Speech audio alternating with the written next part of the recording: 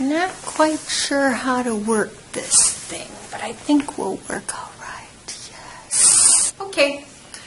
I am going to do a quick video for you on how to frame your artwork or mat it. Okay, for your projects, you're going to be required to put a 2-inch frame on all of your finished artwork to be graded. So I'm going to show you how to do that so that you have a 2-inch frame. And I'm just going to show you here that when you tape this on here, you're going to have a 1/2 inch, overlap. 11 inches. So we've got 11 by 8.5. So because you're going to have a 2-inch frame, 2 and 2, 2 inches and 2 inches is 4. So you're going to add 4. 15 by 12 and 1/2. But because of that 1/2 inch overlap to attach this, you have to subtract a 1/2 inch on each side. 1/2 inch and 1/2 inch equals 1. So you're going to minus 1 on this side and also minus 1 on the other. So your measurement is actually 14 by 11 and 1/2. Then I'm going to pick a color that I would like to frame this in. And I'm going to do this in the yellow. And I'm going to take this over to the paper cutter. Use the measure. I'm going to bring this forward because it's sitting back far, and this is a long blade, okay? So you want to be careful with it. So my measurements were 14. I'm going to open this up by 11.5. So my first measurement, I'm going to do the 11.5. And up here on the top, if I line this up, there's a ruler up here, line it, pull this down towards you.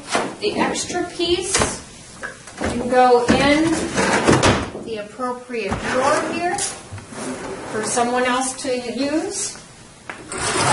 And then the next one was by 14. I always like to pull this out so it doesn't fall on the floor. I'm putting it up against the edge there and lining it up with the number 14 here, right on that edge. Okay? This is too small to keep, so I'll put this in the recycle bin. And then I have my outside edges. And that should be the same size as this one, which it is. This is our mat cutter. And we're always going to do a 2-inch mat. So it always should be at 2 inches. So you don't have to worry about moving this. So you can just leave that the way it is. You're going to put, usually there's a good side and a bad side. This one has a few dots on it, so that's going to be my bad side. And I'm just going to lay that up against the edge here. And I'm going to draw a line. And use a pencil. I'm going to use a marker so that you can see it, but use a pencil when you do it, because sometimes the markers bleed through. So I'm just going to make a line all the way across there. I'm going to do that for all 4 sides.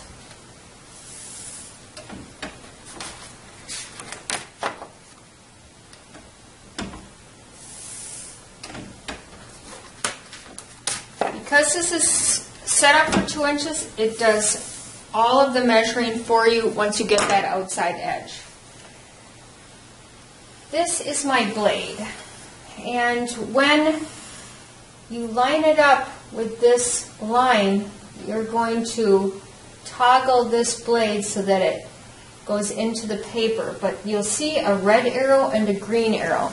You're going to want to put that green arrow right next to the line there. And then you're going to toggle that blade into it, and you're going to drag it towards you and stop when it gets to the red arrow.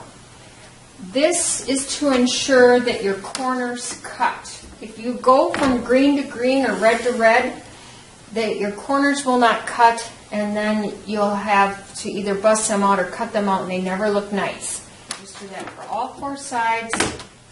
Green arrow, notch it, drag it to red. Green arrow, notch it, drag it to red. Okay, green arrow, notch the blade, drag it to red. Okay, and then when you lift this up, this will pop right out and you have your frame. This is the good side. Okay, it does fit it perfect. And you can see that if I turn this over, you have a 1/2 inch along each edge. That's why we had to subtract the 1 inch. Remember your formula. You measure it, add 4, and then subtract 1. I'm just going to tape this down. I actually like to use a goodly amount of tape so that it holds and you don't get pockets, so that when it's hung up on my board and we all admire it, it doesn't become floppy and want to rip. So go ahead and tape up the back. It's beautiful. The nostrils are the window to the soul.